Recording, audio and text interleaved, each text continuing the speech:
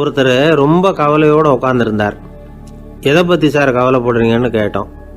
எதிர்காலத்தை பற்றி கவலைப்படுறேன்னார். ஏன்னு கேட்டோம்.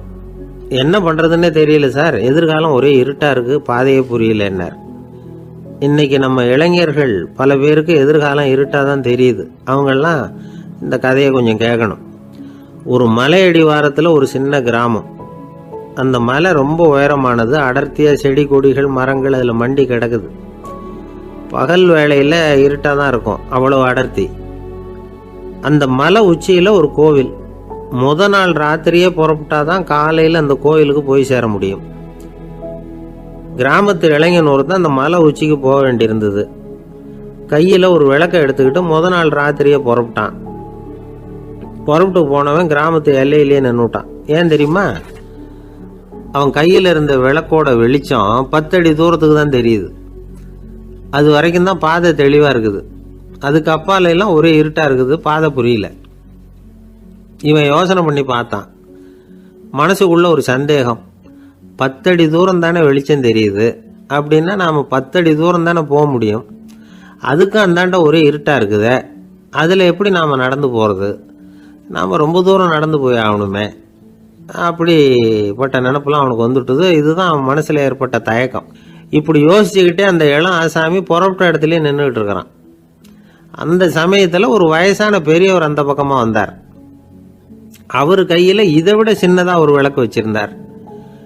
அது எப்படின்னா அது ஒரு 5 அடி தூரத்துக்கு தான் வெளிச்சம் காட்டுது. அவ்வளவு சின்ன விளக்கு. அவரும் மலை உச்சிக்கு போகிறதுக்காக தான் வந்துக்கிட்டு இருக்கிறார். அவரை பார்த்து இவன் கேட்டான், என்ன பெரியவரே, இவ்வளவு சின்ன விளக்க வச்சுக்கிட்டு அவ்வளவு தூரத்துக்கு எப்படி மலையேற போறீங்க அப்படின்னு கேட்டான். நீ ஏன் இப்படி தயங்கிட்டே நிற்கிறேன்னு கேட்டார் பெரியவர். என்கிட்ட இருக்கிற விளக்கு 10 அடி தூரத்துக்கு தான் பாதையை காட்டுதுன்னா. இப்போ பெரியவர் சொன்னார், தம்பி, உன் கையில் இருக்கிற விளக்கு கொடுக்குற வெளிச்சத்தை வச்சு நீ முதல்ல 10 அடி தூரம் முன்னாடி போ. 10வது அடியில் போய் நின்றுக்கிட்டு பாரு. மறுபடியும் ஒரு 10 அடி தூரத்துக்கு பாதை தெரியும். இப்படி உன் கையில் இருக்கிற விளக்கு தொடர்ந்து வெளிச்சம் காட்டிக்கிட்டே இருக்கும். நீ முன்னேற முன்னேற அந்த வெளிச்சமும் முன்னேறும். அதனால் எத்தனை கிலோமீட்டர் தூரம் வேணும்னாலும் நீ இந்த 10 அடி தூரம் வெளிச்சத்தை வச்சுக்கிட்டே நீ போயிடலாம், புறப்படு அப்படின்னார். இப்போ தான் அந்த பெரியவர் சொன்னது இளைஞனுக்கு பளிச்சுன்னு புரிஞ்சுதான். உடனே உற்சாகமாக புறப்பட்டான், உச்சிக்கு போய் சேர்ந்தான். இந்த கதையிலேருந்து நாம் புரிஞ்சிக்க வேண்டியது என்ன தெரியுமா? நீண்ட கால திட்டம் ஒன்று போடும் பொழுது நமக்கு முன்னாடி இருக்கிறத மறந்துட்டு மனசை போட்டு குழப்பிக்க கூடாது. உங்கள் கையில் என்ன இருக்கோ அதுலேயே உங்கள் எதிர்காலம் மறைஞ்சிருக்குது. கண் முன்னாடி தெரியறத வச்சு ஆரம்பிங்க, போக போக வழி தானா புலப்படும் அப்படிங்கிறார் ஒரு பெரியவர். பெரிய பயணங்களையெல்லாம் இப்படி தான் நடத்த வேண்டியிருக்கும். ஒவ்வொரு அடியாக எடுத்து வச்சா ஓடி போய் சேர்ந்து விடலாம். மலைச்சி போய் நின்றுட்டா நின்றுக்கிட்டே இருக்க வேண்டியது தான். நம்ம ஆள்லாம் ரொம்ப மோசமான இருக்கிறாங்க. ஒருத்தன் அப்படி தான் நீண்ட தூர பிரயாணம் ஒன்று புறப்பட்டான். ரயில் போய்கிட்டே இருந்தது. கொஞ்சம் தூரம் போச்சு, பாதி வழியில் கையில் வச்சுருந்த டிக்கெட்டை காற்றுல விட்டுட்டான்.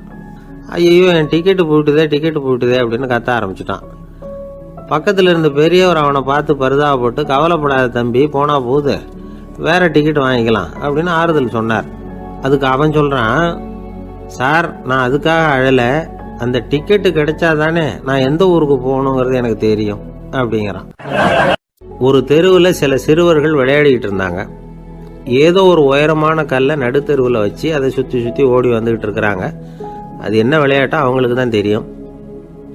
கொஞ்ச நேரம் அப்படி விளையாடிக்கிட்டு இருந்தவங்க விளையாடி முடிச்சதும் அந்த கல்லை நடுத்தெருவில் அப்படியே விட்டுட்டு அவங்கவுங்க வீட்டுக்கு ஓடி போட்டாங்க.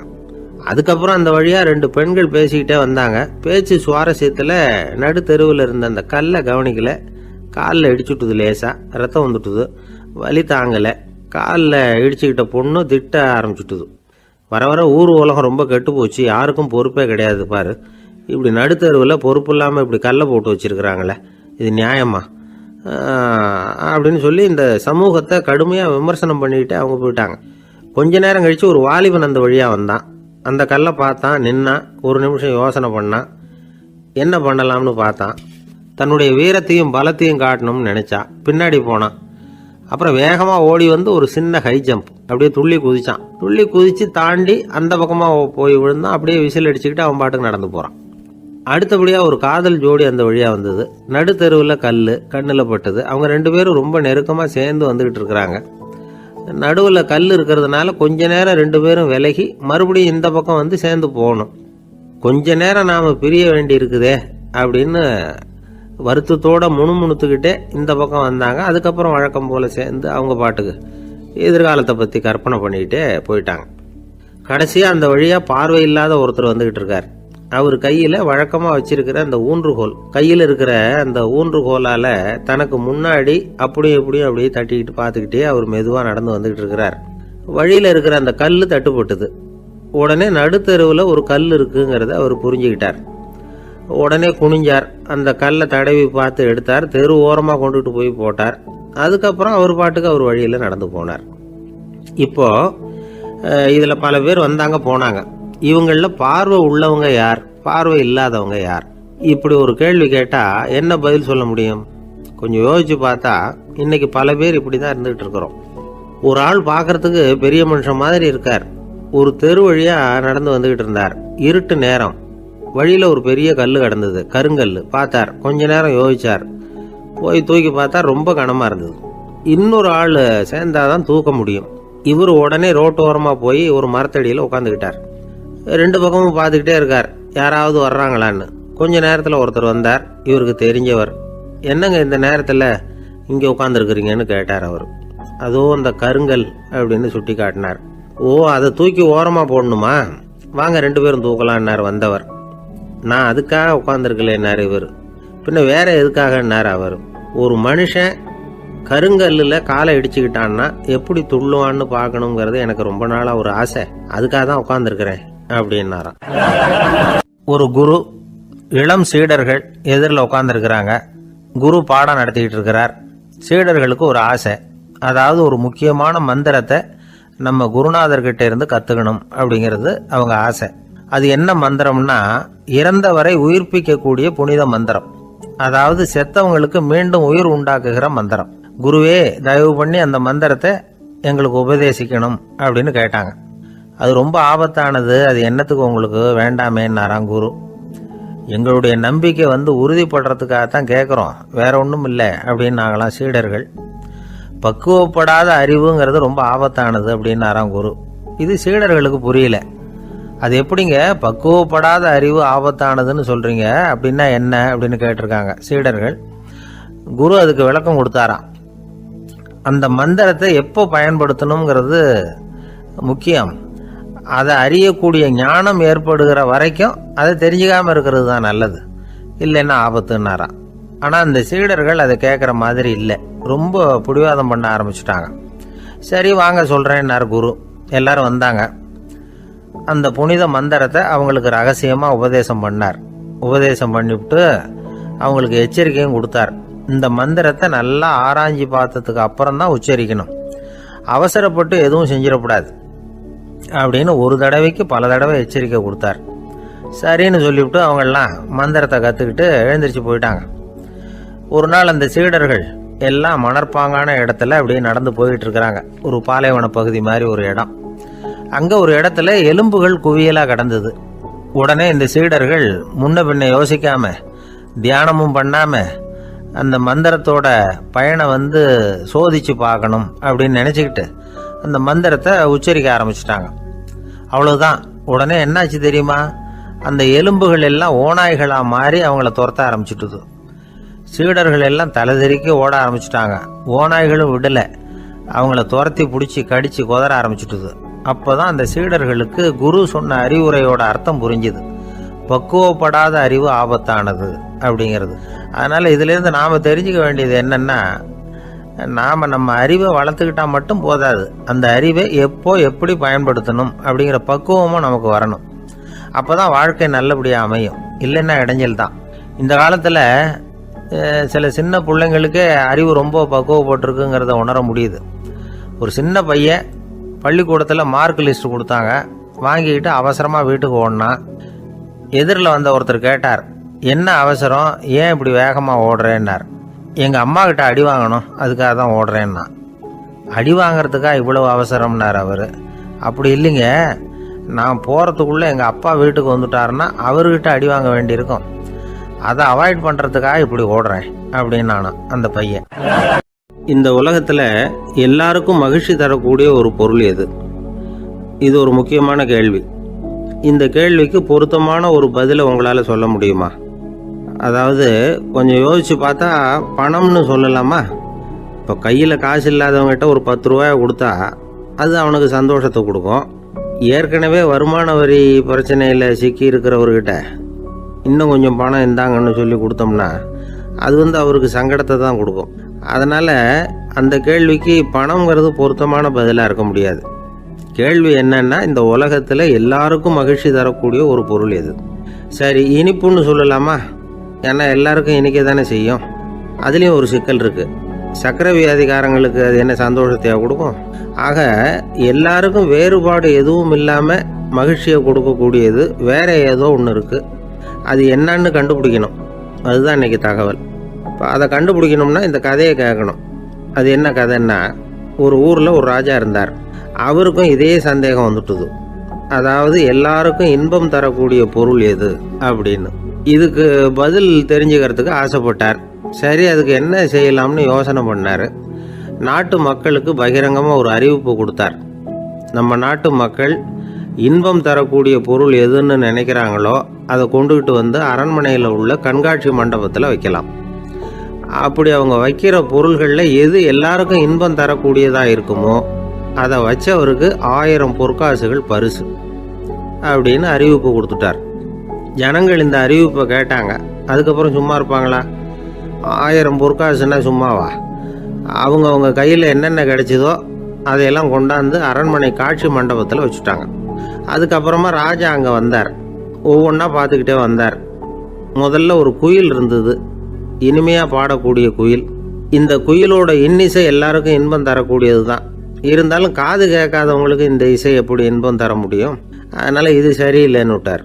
அடுத்தபடியாக போனார். அங்கே என்ன வச்சுருக்குறாங்கன்னு பார்த்தா ஒரு அழகான மயில் அங்கே தோகை விரித்து ஆடிக்கிட்டு இருக்குது. இந்த மயிலோட ஆட்டம் மனசுக்கு இன்பம் தரக்கூடியது தான்.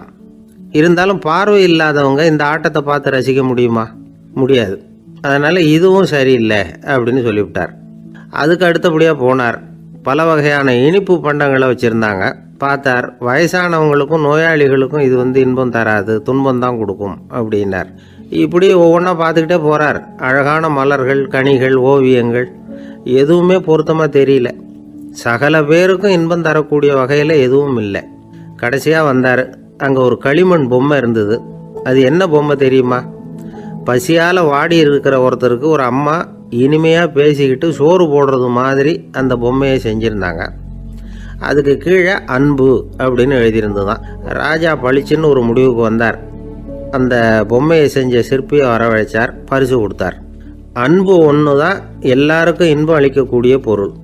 காது கேட்காதவங்களும் அதை கேட்க முடியும், பார்வை இல்லாதவங்களும் அதை பார்க்க முடியும், குழந்தைகளும் அதை உணர முடியும் அப்படின்னு அதுக்கு விளக்கம் கொடுத்தார் அந்த மன்னர்.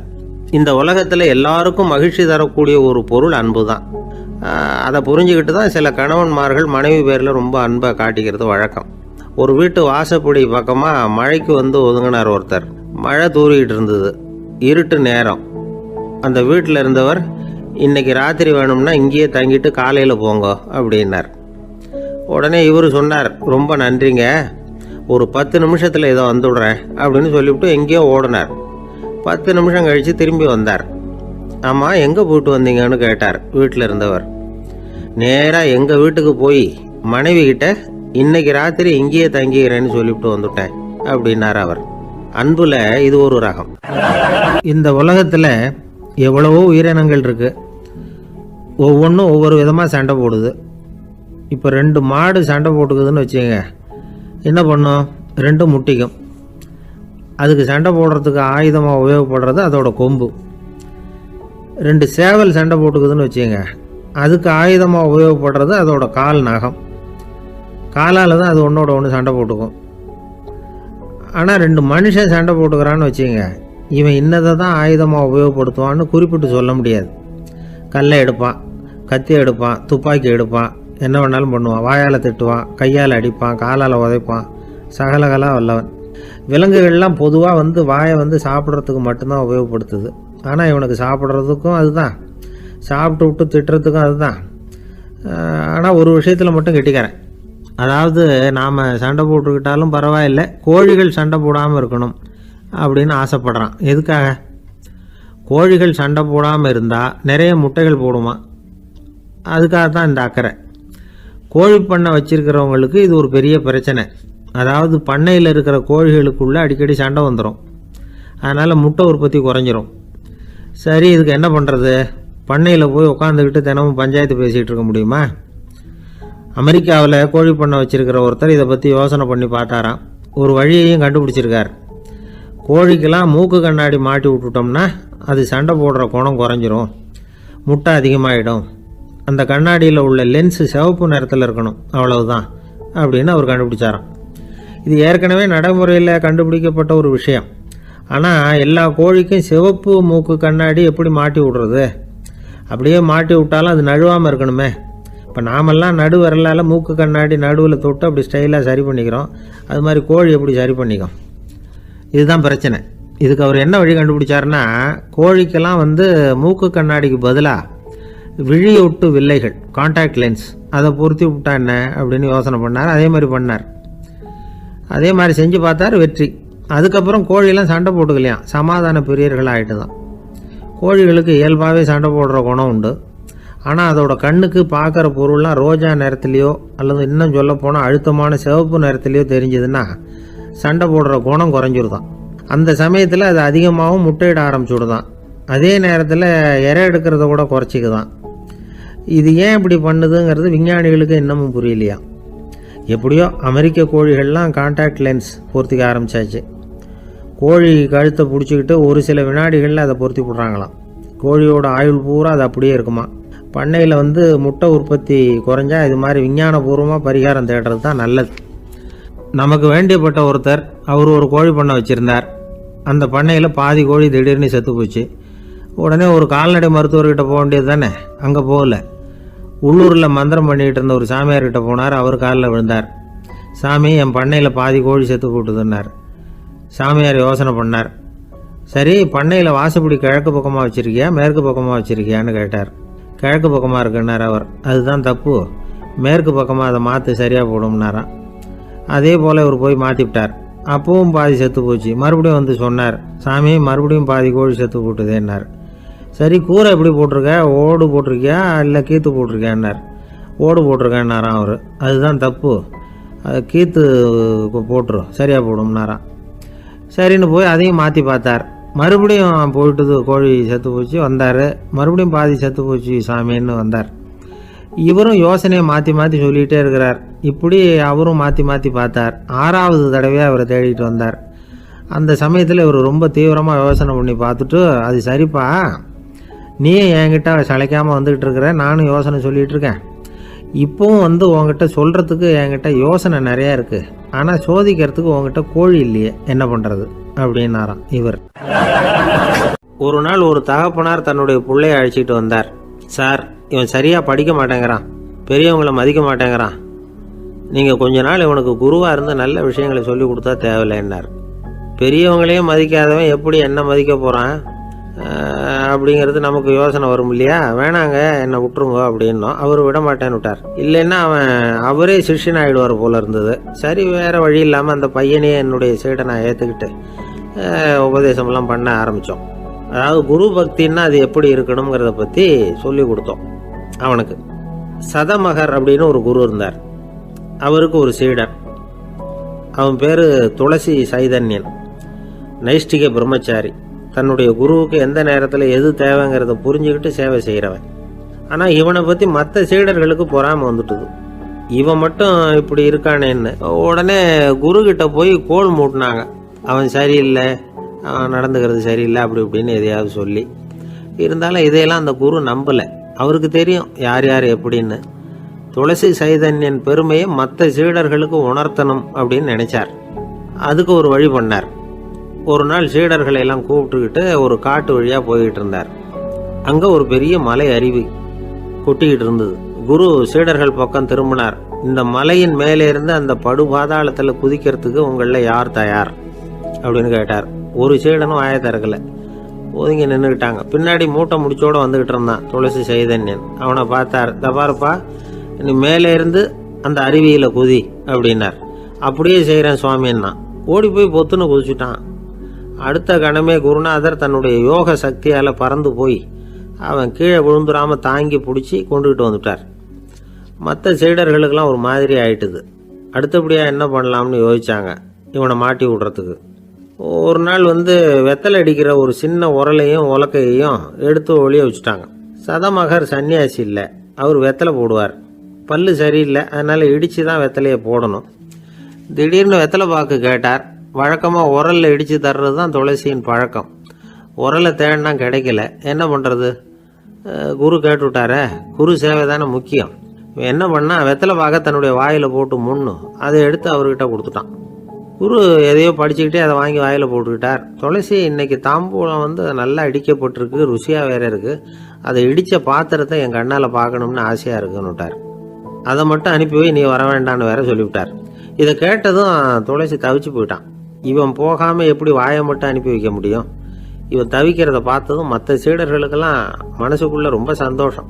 துளசி கொஞ்சமும் யோசிக்கலை, வாழை எடுத்தான், தன்னுடைய தலையவே அப்படியே அறுத்து வெட்டி எடுத்தான். இன்னொரு சீடங்கிட்ட கொடுத்துட்டான், எடுத்துகிட்டு போகணும்னு சொல்லி கொண்டுட்டு போய் குரு முன்னாடி வைக்கிறாங்க.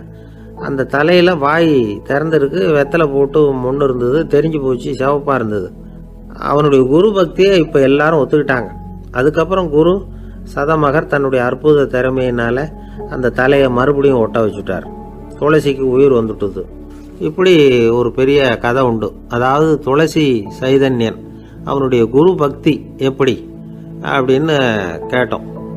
ரொம்ப அபாரம் அப்படின்னு அந்த பையன் அடக்கமாக சும்மா விளையாட்டுக்காக தான் அப்படி அவங்ககிட்ட கேட்டோம். ஏன்பா உன்னுடைய குரு பக்தியை என்கிட்ட காட்டுறதுக்கு உன்னோட கழுத்தை நீயே அறுக்கணும்னு நான் சொன்னா அதை நீ செய்வியா அப்படின்னு கேட்டோம். என்னுடைய கழுத்தை நானே அறுக்க வேண்டிய அவசியம் இல்லை சார் அப்படின்னா அவன் ஏண்டான்னு. அதே காரியத்தை தான் இனிமேல் நீங்கள் தினமும் செய்ய போறீங்களே சார் அப்படிங்கிறான். ஆசைப்படுறதுல தப்பு இல்லை, ஆனால் அந்த ஆசை தேவைக்கு தகுந்த மாதிரி இருக்கணும். தேவைக்கு மீறிய ஆசைகள் இருக்கு பாருங்க, அது தேவையில்லை. இந்த கருத்தை வலியுறுத்தது மாதிரி ஒரு கதை உண்டு. தேவேந்திரனுக்கு திடீர்னு வீடு கட்டணும்னு ஒரு ஆசை வந்துதான். வீடுன்னா நாம கட்டுற மாதிரி இல்லை. தேவேந்திரன் வீடுன்னா சும்மாவா, ஒரு பிரம்மாண்டமான அரண்மனை கட்டணும். அது மாதிரி இந்த 3 லோகத்திலையும் ஒரு அரண்மனை கிடையாது அப்படின்னு எல்லாரும் சொல்லணும். இது அவனோட ஆசை. உடனே தேவ தச்சரான விஸ்வகர்மாவை கூப்பிட்டான், உத்தரவு போட்டான். விஸ்வகர்மா தன்னுடைய உதவியாளர்களை எல்லாம் கூப்பிட்டு ஒன்றா சேர்த்துக்கிட்டார். படாத பாடுபட்டு ஒரு பெரிய அரண்மனையை கட்டி முடித்தார். கட்டி முடிக்க 1000 வருஷம் ஆச்சு. தேவேந்திரன் பார்க்குறான். அவனுக்கு திருப்தி ஏற்படலை. என்னுடைய அந்தஸ்துக்கு இது ரொம்ப சாதாரணமான கட்டிடம், இதை விட இன்னும் பெருசாக கட்டு அப்படின்னா. தேவ தச்சர் திணறி போயிட்டார். அவரால் அதுக்கு மேலே எதுவும் செய்ய முடியல. என்ன பண்ணுறதுன்னு யோசனை பண்ணார். நேராக நாரதர் காலில் போய் விழுந்தார். நீங்கள் தான் என்னை இந்த பிரச்சனையிலேருந்து காப்பாற்றணும்னார். நாரதர் யோசனை பண்ணார். சரி கவலைப்படாதேன்னார். நேராக இந்திரங்கிட்ட போனார். இந்திரன் நாரதரை பார்த்த உடனே வாங்கன்னு கூட்டிகிட்டு போய் அரண்மனையை காட்டினான். இது மாதிரி ஒரு அரண்மனையை நீங்கள் வேற எங்கேயாவது பார்த்துருக்குறீங்களா அப்படின்னு ரொம்ப பெருமையாக கேட்டான். நான் பார்த்ததில்லை, ஆனால் என்னை விட வயசில் மூத்தவர் மகரிஷி லோமேசர், அவர் ஒரு வேளை பார்த்துருக்கிறாரா என்னமோ அப்படின்னார். உடனே அவரை மனசில் நினச்சி தியானம் பண்ணினார். அடுத்த கணம் லோமேசர் அங்கே வந்தார். இடையில ஒரு சின்ன துண்டு, கையில் ஒரு கமண்டலம், தலையில் ஒரு பாய், அவ்வளவுதான் அவர்கிட்ட இருந்தது. எதுக்காக தலையில் இந்த பாய் அப்படின்னு கேட்டான் இந்திரன். என்ன மாதிரி அற்ப ஆயுள் உள்ள ஒரு ஜீவன் தனியாக வீடு கட்டிக்கிட்டு திண்டாடணுமா? இந்த பாய் தான் ஒரு வீடு மாதிரி எனக்கு நிழல் கொடுக்குது அப்படின்னார் அவர். என்னது, உங்களுக்கு அவ்வளவு கொஞ்சமான ஆயுளா அப்படின்னு ஆச்சரியத்தோடு கேட்டான் இந்திரன். ஆமாம், இதை பாரு, என்னுடைய மார்பில் ஒரு பொற்காசு அளவுக்கு ரோமம் உதிர்ந்துட்டுது. எப்போ என் உடம்புல உள்ள எல்லா ரோமமும் உதிர்ந்துருமோ அப்போ என்னுடைய ஆயுள் முடியும் அப்படின்னார். எப்போ அந்த ரோமங்கள் பூரா உதிரும்னு கேட்டான் இவன். ஒரு பிரம்மா மறைஞ்சதும் ஒரு ரோமம் உதிரும். என் உடம்புல உள்ள ரோமங்களின் எண்ணிக்கை எவ்வளவோ அவ்வளவு பிரம்மாக்கள் தோன்றி அவங்க ஆயுள் முடியும் பொழுது என் உடம்புல உள்ள ரோமங்கள் பூரா உதிரும் அப்படின்னார். அப்படின்னா ஒரு பிரம்மாவோட ஆயுள் எவ்வளவு காலம்னு கேட்டான். ஒரு பிரம்மாவுக்கு 100 தேவ வருஷம். ஒவ்வொரு தேவ வருஷத்துக்கும் 365 தேவ நாள். ஒவ்வொரு தேவ நாள்லேயும் ஒன்ன மாதிரி 14 இந்திரர்கள் தோன்றி மறைகிறாங்க அப்படின்னு மகரிஷி லோமேசர் சொல்கிறார். இதை கேட்டதும் இந்திரன் ஆடி போட்டான். அவ்வளவு ஆயுள் உள்ள இவரே அற்ப ஆயுள்னு சொல்கிறார். நான் என்னுடைய ஆயுளை பெருசாக நினச்சிக்கிட்டு பிரம்மாண்டமான அரண்மனை கட்டணும்னு ஆசைப்படுறேனே அப்படின்னு நினச்சான். எனக்கு வீடு கட்டின வரைக்கும் போதும்னு விட்டான். அதனால் நாமெல்லாம் நம்முடைய தேவைக்கு தகுந்த மாதிரி ஆசைப்படுறது தான் நியாயம். ஆனால் அப்படியே நடந்துக்கிறோம். மனுஷன் கடவுளையே ஏமாற்றி காசு வாங்கிறதுக்குள்ள ஆசைப்படுறான். ஒருத்தன் கடவுளை நினச்சி தவம் இருந்தான். கடவுள் நேரில் வந்தார். தேவலோகத்தில் ரூபாய்க்கெல்லாம் என்ன மதிப்புன்னு கேட்டான். அங்கெல்லாம் ரூபாய்ங்கிறது உங்கள் பணத்தில் 1 கோடி ரூபாய்க்கு சமம். அதாவது தேவலோகத்தில் 1 ரூபான்னா இங்கே 1 கோடி ரூபா. அது மாதிரி எங்களுக்கு ஒரு நாளுங்கிறது உங்கள் கணக்கில் 1 கோடி வருஷத்துக்கு சமம் அப்படின்னார் கடவுள். அப்படின்னா எனக்கு நீங்கள் அதிகமாக எதுவும் தர வேணாம், உங்கள் கணக்குப்படி ஒரே 1 ரூபா கொடுங்க, அது போதும்னா இவன் ரொம்ப சாமர்த்தியமாக. கடவுள் யோசனை பண்ணார். அது ஒன்றும் கஷ்டம் இல்லை, 1 ரூபா தானே கேட்குற, கொடுத்துட்றேன். ஆனால் இப்போ வரும்பொழுது நான் எடுத்துக்கிட்டு வரல, எங்கள் கணக்குப்படியே 1 நாள் பொறுத்துக்க பணத்தோடு வந்துடுறேன் அப்படின்னு சொல்லிவிட்டு பறந்து போயிட்டார். பறந்து போய்கிட்டு இருந்தார். அவர் தோளில் ஒரு பெரிய துணி மூட்டை, அதை சுமந்துக்கிட்டு கடத்தெருவை நோக்கி அவர் போய்கிட்டு இருக்கிறார். வழியில் அவரை சந்தித்தார் உமர். அவர் கேட்டார், கலீஃபா அவர்களே, எங்கே புறப்பட்டுட்டீங்க அப்படின்னு கேட்டார். கலீஃபான்னா ஆட்சித்தலைவர்னு அர்த்தம். இதுக்கு அவர் சொன்னார், நான் துணி வணிகம் செய்கிறவன், அதனால் துணி வியாபாரம் செய்கிறதுக்காக போயிட்டுருக்கிறேன்னார். நீங்கள் இப்போ இந்த நாட்டுக்கு ஆட்சித்தலைவர், ஆட்சி பொறுப்பில் இருக்கிறீங்க, நீங்கள் வியாபாரம் செய்ய போட்டால் அரசு பணிகளை செய்கிறது யார் அப்படின்னு கேட்டார் அவர். நான் அரசு பணிகளை மட்டுமே செஞ்சுக்கிட்டு இருந்தா என் குடும்பத்தை காப்பாற்றுறது யார் அப்படின்னு கேட்டார் அவர். இப்படி கேட்டவர் யார் தெரியுமா? அவர் தான் அபூபக்கர், இறை தூதர் முகமது அவர்களுக்கு பிறகு கலீஃபாவாக தேர்ந்தெடுக்கப்பட்டவர். அப்போலாம் ஆட்சி தலைவர்களுக்கு சம்பளம்னு எதுவும் கிடையாது. இந்த பிரச்சனையை எப்படி தீர்க்கிறதுன்னு யோசனை பண்ணார் உமர். அபு உபைதா அவர்கள்கிட்ட அழைச்சிட்டு போனார். அவர் யாருன்னா, அவர் தான் பொது நிதி கருவூலத்தின் பொறுப்பாளர். அவர்கிட்ட பிரச்சனையை சொன்னார். இது மாதிரி ஆட்சி தலைவருக்கு பொது நிதியிலிருந்து ஊதியம் அளிக்க முடியுமான்னு கேட்டார். பொது நிதி விதிகளின்படி அதுக்கு சாத்தியம் இல்லைன்னு சொல்லிவிட்டார் அவர். சரி, வேற ஏதாவது வழி இருக்குதான்னு கேட்டார் உமர். அபு உபைதா கொஞ்சம் யோசனை பண்ணி பார்த்தார். அப்புறமா சொன்னார், மக்காவிலிருந்து மதீனாவுக்கு குடிபெயர்ந்து வந்த அகதிகளுக்கு நிதி உதவி அளிக்கிறதுக்கு விதிகளில் இடம் இருக்கு. அப்படி பார்த்தா அபூபக்கரும் அகதி தானே, அதனால எல்லா அகதிகளுக்கும் கொடுக்கறது மாதிரியே அவருக்கும் ஒரு தொகை அளிக்கலாம்னார். கலீஃபா அபூபக்கருக்கு இந்த அகதி உதவி தொகையைத்தான் கொடுத்துட்டு வந்தாங்களாம். குடும்ப செலவுக்கு அது போதுமானதாக இல்லை. இருந்தாலும் கலீஃபாங்கிறதுக்காக மற்ற அகதிகளை விட அதிகமாக தொகையை பெற அவர் விரும்பலை. மார்பு பக்கம் கிழிஞ்சிருந்த ஒரு மேலாடையை தான் அவர் அணிஞ்சிருந்தார். அவருடைய துணைவியார் அஸ்மா, அவங்க ஒரு நாள் தேன் அருந்த ஆசையாக இருக்குன்னாங்களாம். நமக்கு கிடைக்கிற ஊதியம் குடும்ப செலவுக்கே போதுமானதா இல்லையே, இந்த நிலையில் தேன் வாங்கிறதுக்கு காசுக்கு நான் எங்கே போவேன்ருக்கார் அவர். கொஞ்ச நாள் கழித்து அவங்க ஒரு தொகையை அவர்கிட்ட கொடுத்து தேன் வாங்கிட்டு வர சொன்னாங்களாம். இவருக்கு ஆச்சரியம், ஏது இந்த பணம்னு கேட்டிருக்காரு. நீங்கள் தினமும் குடும்ப செலவுக்காக கொடுத்துக்கிட்டு வந்த பணத்தில் கொஞ்சம் கொஞ்சமாக மிச்சப்படுத்தி வச்சேன்னாங்களாம். அபூபக்கர் அந்த பணத்தை எடுத்துக்கிட்டு நேராக பொது நிதி கருவூல பொறுப்பாளர்கிட்ட போனார். இந்த பணத்தை பொது நிதியில் சேர்த்துருங்க, இது அதிகப்படியாக எனக்கு தரப்பட்டு வந்த ஊதியம், அடுத்த மாதத்துலேருந்து இந்த தொகையை குறைச்சிங்கன்னு வேற சொல்லிவிட்டாராம். பசியை தணிக்க தேவையான அளவு உணவு, ஒரு ஜோடி உடை, இதை தவிர கூடுதலாக மக்கள் பொது நிதியிலிருந்து வாங்கிக்கிறதுக்கு என் குடும்பத்தாருக்கு உரிமை இல்லை அப்படின்னு சொல்லி கண்டிப்பாக சொல்லிவிட்டாராம். அவர் வாங்கிட்டு வந்த இந்த குறைந்த ஊதியம் கூட அவர் மனசை உறுத்திக்கிட்டே இருந்தது. கடைசி நேரம் அவர் தம்முடைய மகள் ஆயிஷா அவர்களை அழைச்சார். மகளே, இதுவரைக்கும் பொது நிதியிலிருந்து நான் வாங்கிட்டு வந்த தொகை என்னுடைய இதயத்தில் பாரமாக அழுத்திக்கிட்டு இருக்கு. என் தோட்டத்தை விற்று அதில் வர்ற பணத்திலிருந்து நான் இதுவரைக்கும் வாங்கிட்டு வந்த ஊதிய தொகையை கணக்கு போட்டு பொது நிதியில் சேர்த்துடு அப்படின்னாராம். பதவி ஏற்கிறதுக்கு முன்னாடி தன்கிட்ட இருந்ததை விட இப்போ கூடுதலாக என்ன சொத்து இருக்குன்னு பார்த்துருக்கார். ஒரு ஒட்டகம், ஒரு கோப்பை, ஒரு பணியாள். இதையும் அடுத்தபடியாக கலீஃபாவா வர்றவர்கிட்ட ஒப்படைச்சிருங்க அப்படின்னு விட்டாராம்.